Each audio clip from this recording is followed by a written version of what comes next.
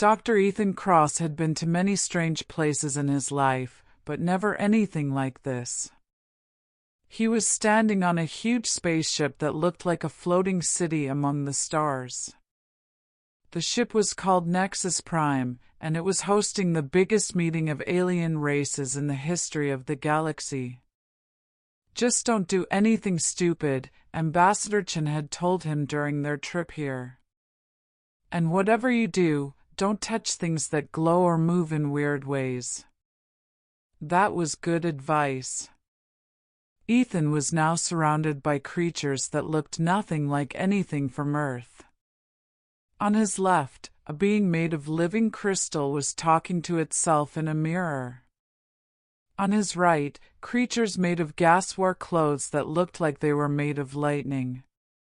This is either the coolest thing ever or I'm having the weirdest dream, Ethan said to himself. He took a sip of his drink, which tasted like liquid starlight mixed with good whiskey. The aliens called Andromedans were hosting this year's big meeting. They had built something amazing on Nexus Prime.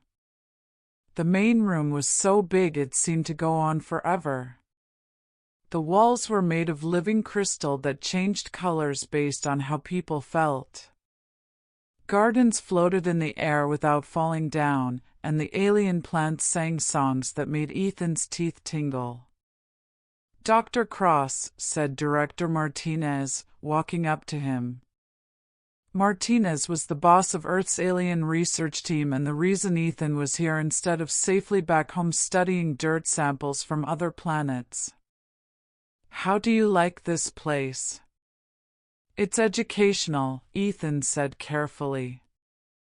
"I'm starting to understand why you needed someone who knows how to talk to aliens. Half the conversations here are happening in radio waves instead of voices." "That's exactly why you're here," Martinez said, looking proud as he pointed at the crowd. "The diplomats are good at making deals and arguing about territory, but we need someone who understands how different aliens actually think." Martinez pointed around the huge room. "This is the biggest meeting of alien races in history.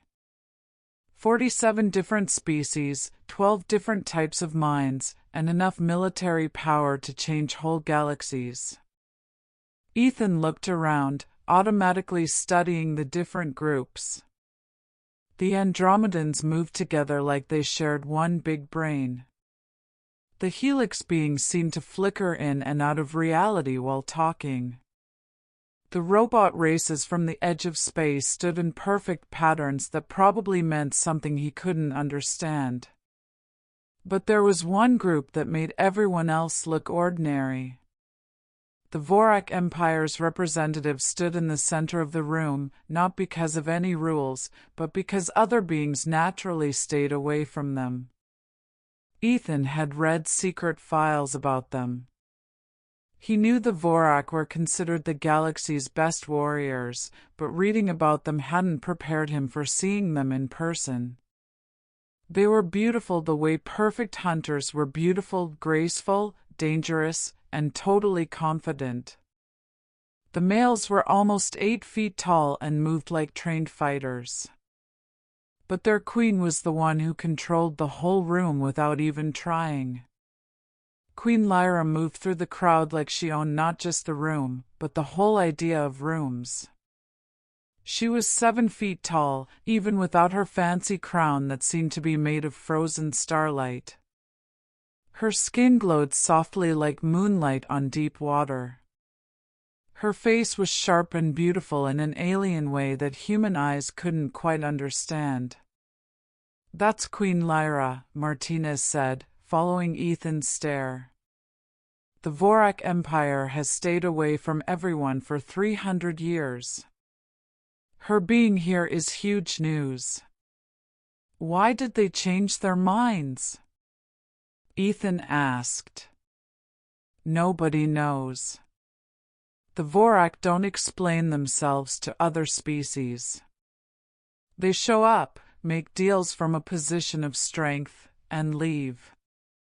Queen Lyra has ruled for 15 years, and this is the first time she's come to a galaxy-wide meeting. Ethan watched the Queen talk with the Andromedan hive mind. Her responses were perfectly timed, even though she was basically talking to a group consciousness that thought faster than any individual could. "She's really good at this," he said. "She's scary good at this," Martinez corrected. "Every deal she's made in the past 6 hours has been good for the Vorak, and the other parties seem happy to give her what she wants." Smart diplomat or really good at intimidating people? Both. The Vorak don't see any difference between the two. As if she could hear them talking about her, Queen Lyra's attention suddenly turned toward their corner of the room. Ethan felt the weight of her look like something physical. Golden eyes that seemed to catalog everything about him in 1 second before moving on to more important things. "Did she just figure out if you were dangerous and then decide you weren't?" Martinez asked. "Probably. Don't take it personally. Queen Lyra has been doing that to everyone who isn't commanding a space fleet or representing a major trading company." Ethan kept watching the Queen work the room with professional interest. Her diplomatic style was unlike anything humans had ever seen, direct without being mean, confident without being arrogant, and somehow making other species want to please her even though she offered nothing in return except not being angry at them. "She's amazing," he said quietly, more to himself than to Martinez. "What?" "Nothing, just professional appreciation for really good diplomatic skills." Ethan finished his drink, enjoying the warm feeling that spread through his chest. "I should probably walk around and observe different behaviors for my report." "Good idea. Just remember, don't touch anything glowing, don't start any wars, and try not to embarrass the human race," Martinez said.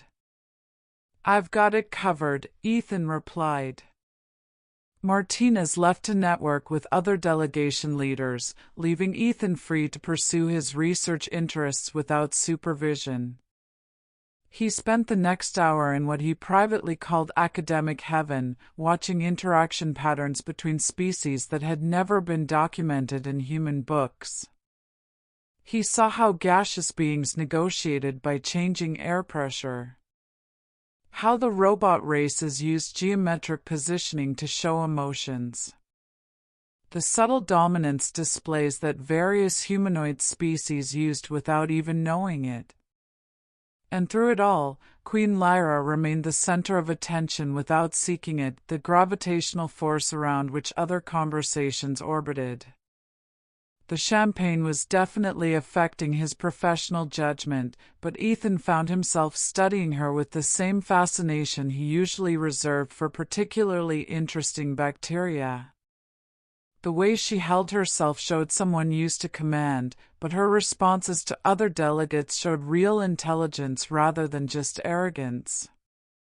"She's the most amazing queen I've ever seen," he said quietly, lost in professional admiration and possibly expensive alcohol. That's when she turned. Not quickly, not with surprise or alarm. Queen Lyra turned toward him with the careful grace of someone who had heard every word and was now choosing to acknowledge the speaker. Her golden eyes met his across the crowded room, and Ethan realized with growing horror that Vorak hearing was apparently much better than human intelligence reports had suggested. The entire hall seemed to notice the Queen's focused attention. Conversations stopped. Beings turned to follow her gaze. And suddenly, Ethan Cross, alien researcher, academic, and generally invisible member of the human delegation, found himself the center of attention at the most important diplomatic gathering in galactic history. "Oh," he said quietly, "this is bad." The silence that followed Queen Lyra's attention was the kind that came before either diplomatic breakthroughs or space wars. Ethan stood frozen as 300 of the galaxy's most powerful beings turned to see what had captured the Vorak Queen's interest. Their conversations died like dominoes falling backward. Queen Lyra began moving toward him, not walking, gliding. Her movements had the kind of predatory grace that made Ethan's primitive brain scream warnings about dangerous predators, while his academic mind noted the perfect efficiency of her motion. She covered the distance between them without seeming to hurry, her group of advisors and guards flowing behind her in formations that looked both ceremonial and deadly practical. Dr. Cross, Ambassador Chen, appeared at his elbow with the desperate expression of someone watching their career dissolve in real time. "What exactly did you do?" "I complimented her diplomatic technique," Ethan whispered, his eyes never leaving the approaching queen. Quietly, to myself. How was I supposed to know she could hear me from across the hall? "The Vorak have super hearing," Chen hissed. "It's in the briefing materials you were supposed to read." I read the biology overview. Nobody mentioned super hearing. It's in the cultural sections under things that will get you killed if you ignore them. Queen Lyra had covered half the distance, and Ethan could see other beings stepping aside to create a clear path. The crystal beings went completely see-through. The gas beings spread out to avoid physical contact, and even the robot races reconfigured their formations to avoid blocking her approach. "Should I run?" Ethan asked desperately. Running from a Vorak queen would be considered either an insult worthy of war or proof of cowardice worthy of contempt, Chen replied grimly. "Neither option ends well for you or Earth's diplomatic standing." "So what do I do?" "Try not to die.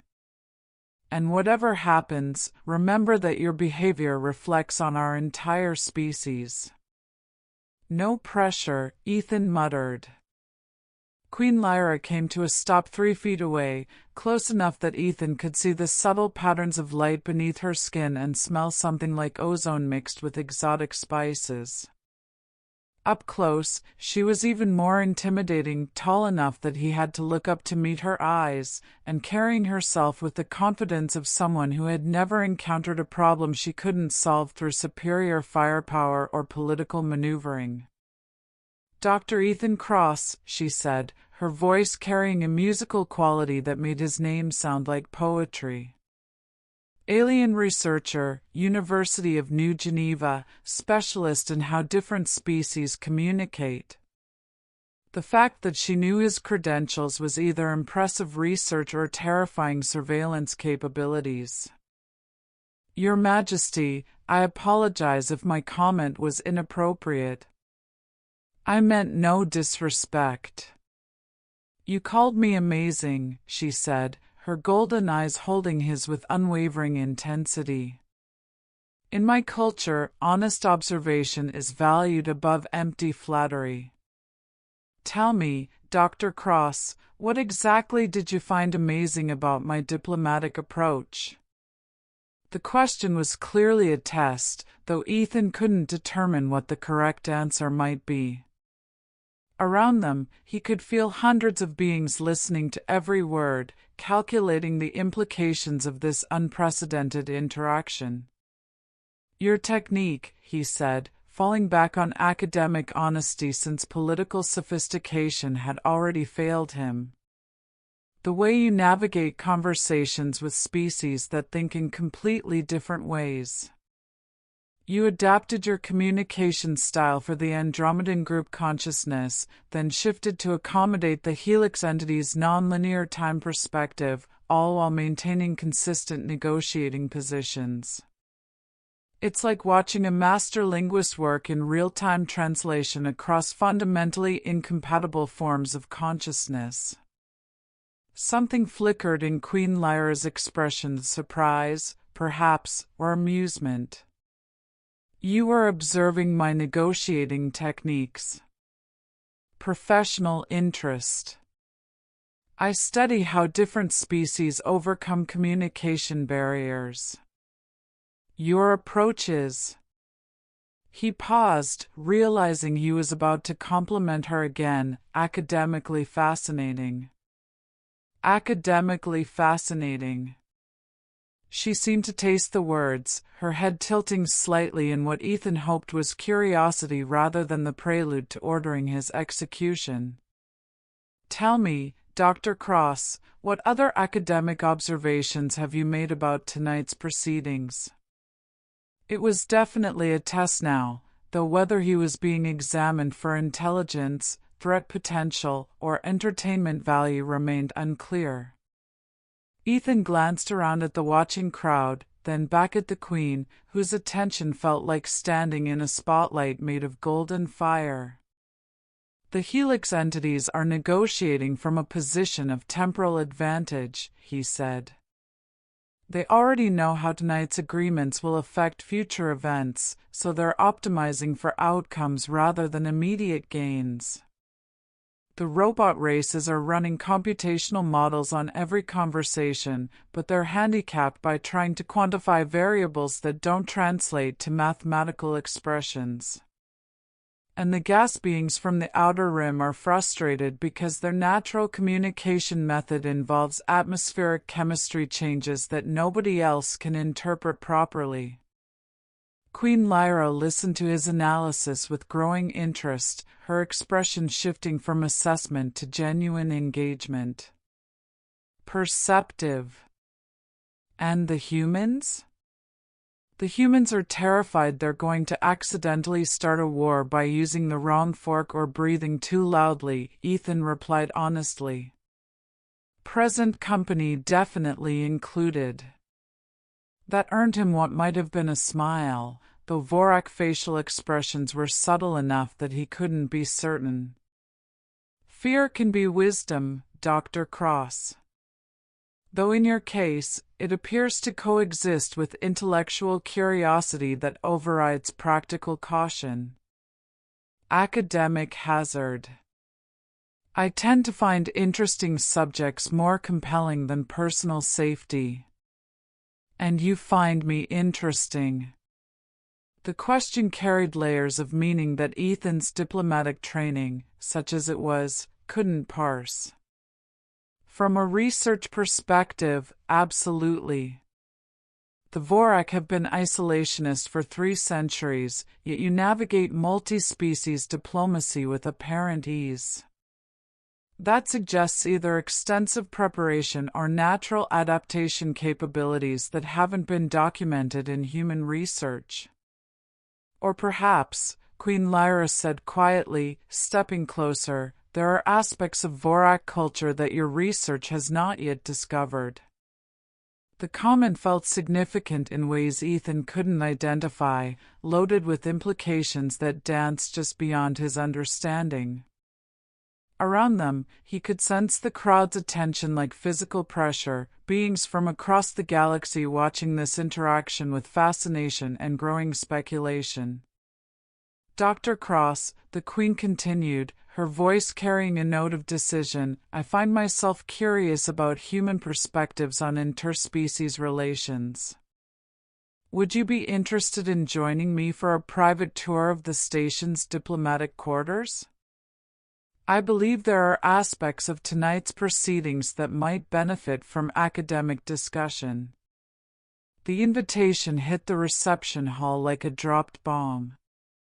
Ethan could practically hear the collective intake of breath from beings that didn't necessarily breathe, the sudden spike of interest from delegates who were undoubtedly calculating the political implications of a human researcher being singled out by the galaxy's most reclusive queen. Ethan looked toward Ambassador Chen, who was wearing the expression of someone watching a shuttle crash in slow motion. That would be an honor, Your Majesty. Excellent. Queen Lyra gestured toward a corridor that led deeper into the station, her retinue immediately reorganizing to accommodate the new plan.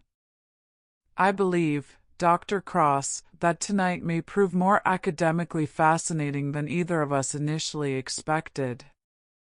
As they moved toward the diplomatic quarters, Ethan caught fragments of excited conversation in a dozen languages, species representatives already transmitting reports about this unprecedented development. Whatever had just happened, it was going to have consequences that extended far beyond academic curiosity. Your Majesty, he said quietly as they walked, may I ask why you're interested in human perspectives? Because, Dr. Cross, Queen Lyra replied with what was definitely a smile this time, in 3 centuries of isolation, no one has ever called me amazing and meant it as a purely academic observation. I find myself intrigued by the implications.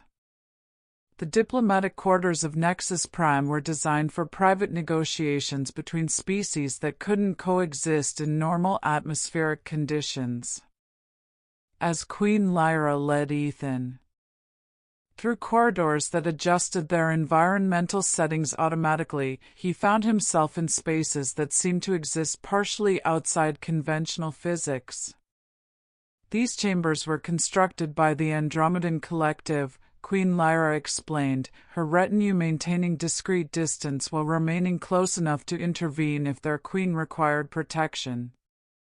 They exist in quantum superposition until occupied, allowing them to accommodate any species' environmental requirements. Ethan watched walls shift from crystal transparency to something resembling living wood as they passed through different sections.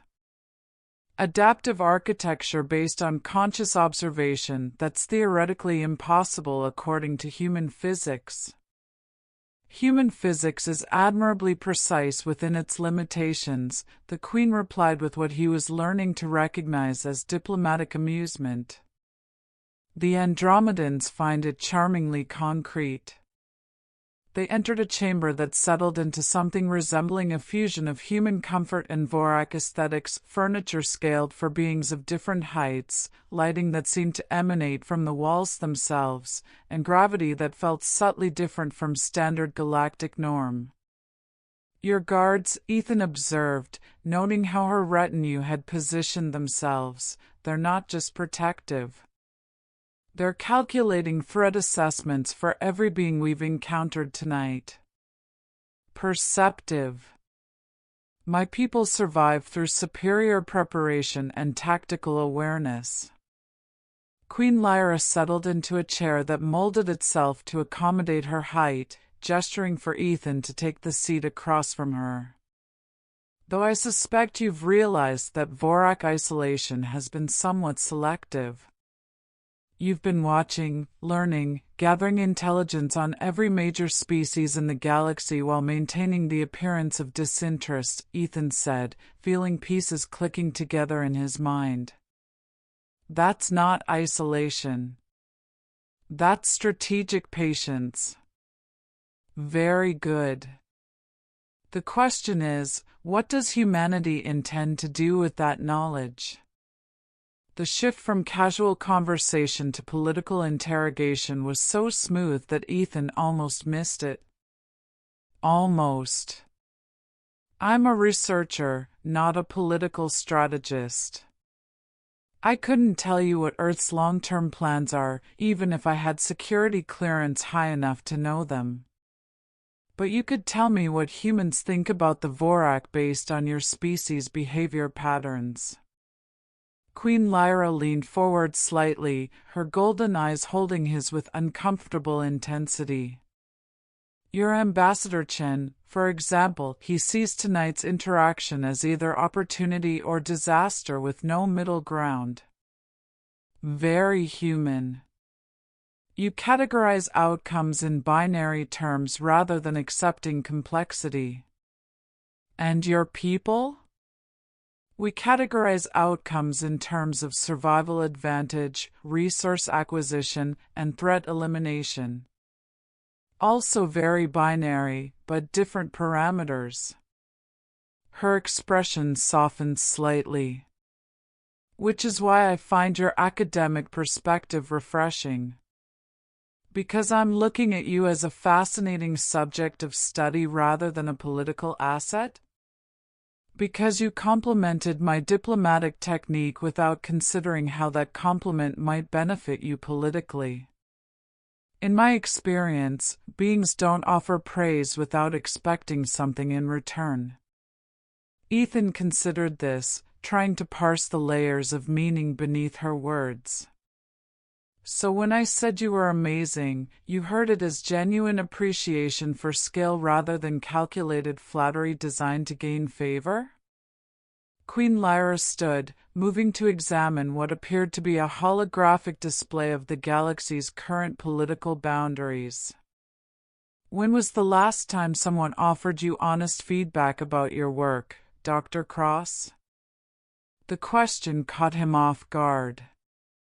Academic peer review, I suppose. Other researchers critique my papers, suggest improvements. And outside your field? Ethan thought about it seriously. People don't generally comment on research unless they're trying to get funding approved or arguing about resource allocation. Most humans find my work either boring or slightly disturbing. Disturbing how? I study alien cultures with genuine fascination rather than fear or superiority complexes. That makes people uncomfortable. They prefer their researchers to maintain professional distance, treat other species as interesting specimens rather than complex civilizations worthy of respect. Queen Lyra turned from the display, her expression thoughtful. So you understand what it means to be intellectually isolated? Ethan paused, recognizing something in her tone that transcended species boundaries. Yes, I suppose I do. The Vorak court values strength, honor, and tactical superiority above all else. These are necessary traits for survival, but they make for limited conversation partners. Whenever discussion focuses on military applications or resource acquisition, intellectual curiosity becomes irrelevant. You're lonely, Ethan said quietly, the realization hitting him with surprising force. Not personally, politically. You're surrounded by advisors who tell you what you want to hear and subjects who fear disappointing you, but nobody who challenges your thinking or offers new perspectives. An interesting interpretation. Queen Lyra returned to her seat, but her posture had relaxed slightly. What would you suggest as a remedy for such theoretical loneliness? Honest conversation with someone who has nothing to gain from your approval and nothing to lose from your disapproval. Someone who sees you as intellectually fascinating rather than politically important. Ethan met her gaze steadily. Someone like a researcher whose career doesn't depend on diplomatic success. And would such a person be interested in extended intellectual discourse? The question hung between them, loaded with implications that extended far beyond academic discussion. Ethan could sense the weight of decision in her voice, the careful balance between personal desire and political necessity. Hypothetically, he asked, such a person would probably find the opportunity irresistible, despite the obvious complications it would create for both parties involved. Queen Lyra smiled, not the diplomatic expression she'd worn in public, but something warmer and more genuine. Complications can be invigorating. They force creative solutions to unexpected problems. Is that what this is? A problem requiring creative solutions? Dr. Cross, she said, standing again and moving toward the chamber's viewing port, which showed the swirling beauty of the galactic core beyond Nexus Prime. 3 hours ago, I attended tonight's reception planning to negotiate 3 trade agreements and assess potential military threats. Now I find myself considering whether Earth might be interested in hosting the first Vorak cultural exchange program in 3 centuries. Ethan's breath caught. Cultural exchange? A single representative from each species embedded in the other society for academic purposes. The Vorak participant would study human social structures and communication patterns. The human participant would research Vorak political organization and strategic philosophy. She turned back to him, her expression carefully neutral. Purely academic, you understand. No political implications. Of course. Purely academic. Ethan's mind was racing through the implications of the opportunity to study Vorak culture from the inside, the unprecedented access to information that could revolutionize human understanding of galactic politics. Though such a program would require participants with very specific qualifications. Indeed. The Vorak representative would need to be someone with diplomatic experience and genuine interest in human society, someone capable of bridging cultural gaps without compromising their people's security concerns. And the human representative would need extensive background in interspecies relations, ability to adapt to alien social structures, and enough intellectual curiosity to appreciate what they were experiencing rather than simply cataloging differences. Exactly. Queen Lyra moved closer, her voice dropping to a more intimate register. It would also require participants willing to accept the personal risks involved in such unprecedented cooperation. What kind of risks? The kind that come from spending months in close contact with someone from a fundamentally different culture, sharing ideas and perspectives that might change how both parties see their place in the galaxy. Her golden eyes held his with unwavering intensity. The kind that come from discovering that intellectual compatibility transcends species boundaries. Ethan felt his pulse quicken as he recognized the subtext beneath her words. Your Majesty, are you proposing dash? I'm proposing, Queen Lyra interrupted gently, that humanity and the Vorak Empire consider a cultural exchange program that could benefit both civilizations. The specific details would need to be negotiated through proper diplomatic channels. Naturally. Though if Earth were interested in such a program, I believe I know the perfect candidate for the human position. Someone with the right qualifications. Someone, she said with a smile that made his heart skip, who finds queens amazing for purely academic reasons. Ethan laughed, feeling the tension of the evening transform into something resembling anticipation. I think Earth might be very interested in such a program, Your Majesty. Very interested indeed. 3 months later, Ethan stood on the observation deck of the Vorak Royal Palace, watching twin moons rise over the Vorak homeworld's crystal canyons. The view was spectacular, geometric cities that grew from living rock, atmospheric auroras that painted the sky in colors that had no names in human languages, and star formations that reminded him daily that he was very far from home. The Festival of Twin Moons begins tomorrow, Queen Lyra said, joining him at the railing. After months of working together, her presence no longer triggered his fight-or-flight response, though it still made his pulse quicken in ways that had nothing to do with interspecies diplomacy. I've been reading about it in the cultural archives, Ethan replied, turning to face her. Sacred celebration of duality and balance. Very significant in Vorak tradition. Sacred, yes, but also complicated.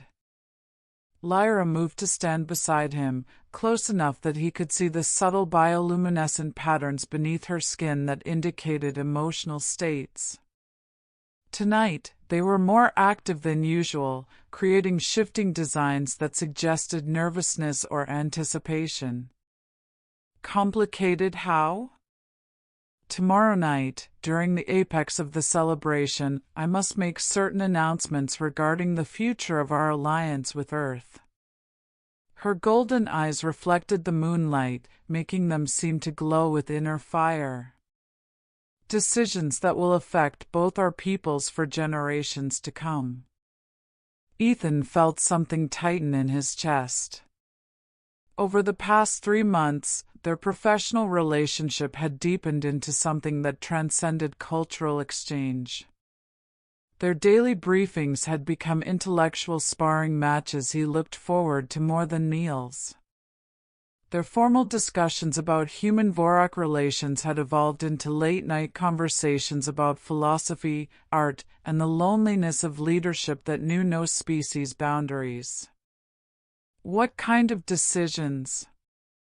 The kind that require me to choose between tradition and progress, between the expectations of my people and the direction I believe our civilization should take.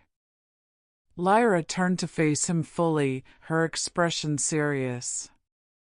Ethan, these months with you have changed how I see the galaxy. Your perspective on cooperation versus domination, your belief that strength comes from understanding rather than conquest, these concepts are foreign to traditional Vorak thinking. But not foreign to you. No. Not anymore. Lyra's patterns flickered with what Ethan had learned to recognize as vulnerability, an emotion that Vorak queens were traditionally forbidden from displaying. Your reports to Earth have sparked unprecedented interest in Vorak philosophy and art among human academics. Our cultural exchange has proven that cooperation can strengthen both civilizations without compromising either's identity. But the Council of War Leaders disagrees. The Council sees any form of cultural integration as contamination of Vorak purity. They view your presence here as a necessary evil intelligence gathering that serves our strategic interests. Her voice carried a note of frustration that Ethan had rarely heard. They don't understand that true strength comes from adaptability, not rigid adherence to ancestral prejudices. Ethan moved closer, recognizing the weight of leadership burden in her posture. What will you announce tomorrow? The establishment of permanent cultural exchange protocols between our species. Formal recognition that isolation has made us intellectually stagnant rather than strategically superior. Lyra met his eyes directly. And other matters that will require me to challenge 3 centuries of tradition. Other matters? The Festival of Twin Moons is when Vorak queens traditionally announce their choice of consort, the being who will stand beside them as both partner and advisor in leading our people toward the future. Her bioluminescent patterns were now pulsing in complex rhythms that spoke of decision and determination.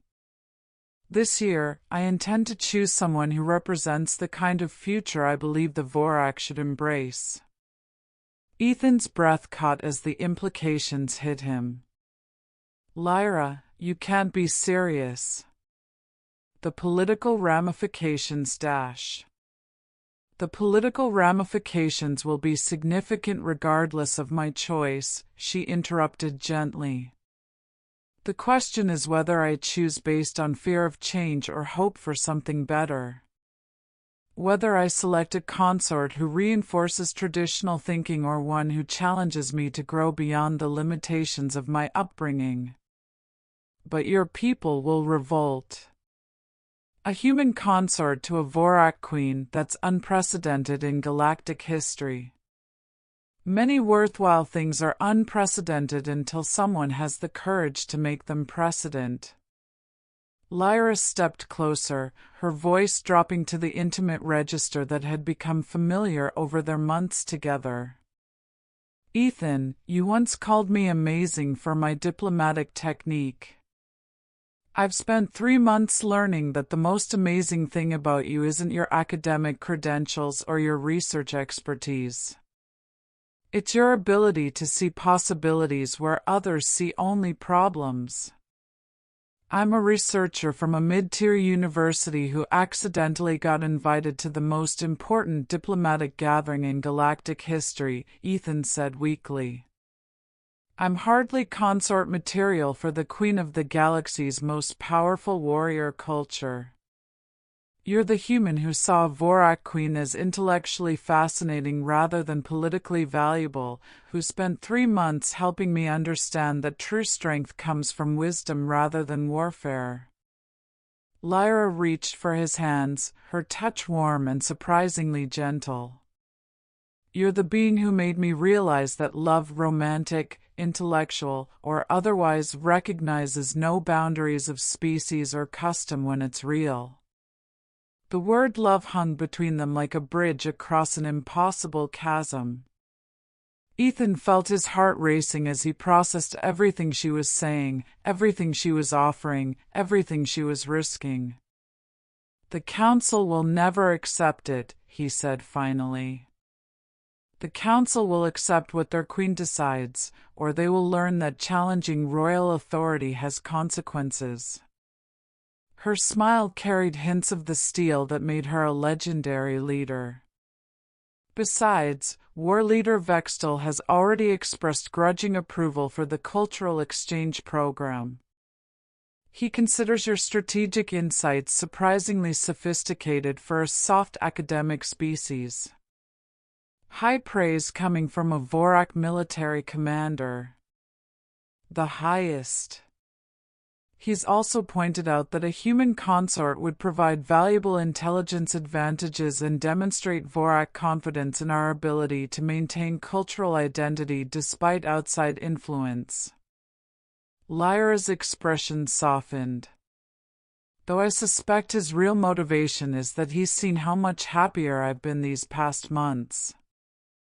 Ethan looked out at the twin moons rising over the alien landscape, at the city lights that spelled out messages in languages he was still learning, at the future that stretched before them filled with impossible possibilities and beautiful complications. What would it mean, he asked quietly. Being consort to a Vorak queen? It would mean standing beside me as we navigate the challenges of bringing two species closer together while maintaining the respect of beings who prefer conquest to cooperation. It would mean learning to balance human adaptability with Vorak tradition, finding ways to honor both cultures while creating something entirely new. Her golden eyes held his with unwavering certainty. It would mean accepting that what started as academic curiosity has become something much more dangerous and infinitely more valuable. And personally? Personally, it would mean waking up every day beside the most intellectually stimulating being I've ever encountered. Someone who challenges my thinking, appreciates my complexities, and finds queens amazing for reasons that have nothing to do with political advantage. Lyra's bioluminescent patterns were now pulsing in harmonious waves that spoke of joy and anticipation. It would mean discovering together what happens when love transcends the boundaries that separate civilizations.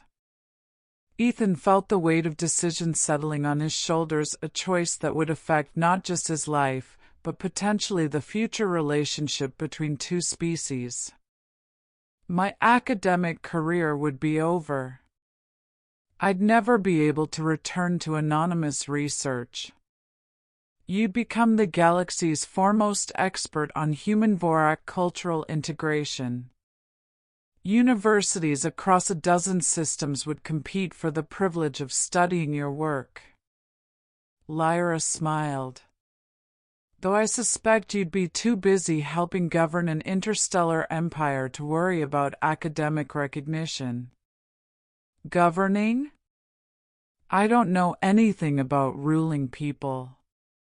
You know about understanding people, which is infinitely more valuable. The rest we can learn together. She moved closer, her voice becoming serious.